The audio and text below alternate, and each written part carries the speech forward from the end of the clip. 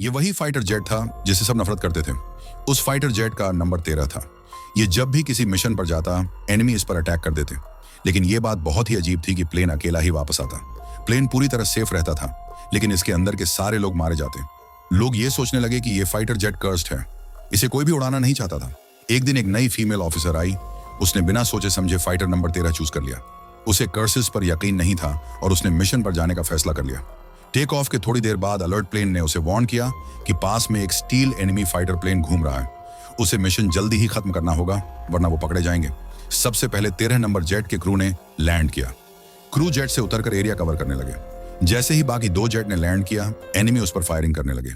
एक जेट तो पूरी तरह से डिस्ट्रॉय हो गया और दूसरा एस्केप होने की सूरत में एक मिसाइल से हिट हो गया। ऑफिसर ने तुरंत सबको वापस जेट में आने का ऑर्डर दिया, लेकिन एक टीम मेंबर अभी भी बाहर था। लेकिन अब इंतजार की कोई गुंजाइश नहीं थी। एनिमी का फाइटर प्लेन पहले ही मिसाइल लॉन्च कर चुका था। लास्ट कुछ सेकंड्स में सोल्जर जेट के अंदर कूद चुका था। ऑफिसर ने फ्लेयर्स लॉन्च किए, लेकिन जेट फिर भी गिरने लगा। लास्ट मोमेंट में ऑफिसर ने कंट्रोल संभाल लिया। एनिमी ने फिर से अटैक किया, लेकिन सारे मिसाइल फ्लेयर्स से डिस्ट्रॉय हो गए। तब उसने वेपन ऑपरेटर को एनिमी पर फायर करने को कहा, लेकिन बीच में हमेशा स्टोन वॉल्स आ जाती। ऑफिसर ने कहा कि आगे के पिलर पर अटैक करो। पिलर गिर गए और एनिमी फाइटर उनके नीचे क्रैश हो गया। लेकिन खतरा अभी भी खत्म नहीं हुआ था। जैसे ही वो रॉक फॉरेस्ट से बाहर आए, एक और एनिमी फाइटर उन पर टूट पड़ा।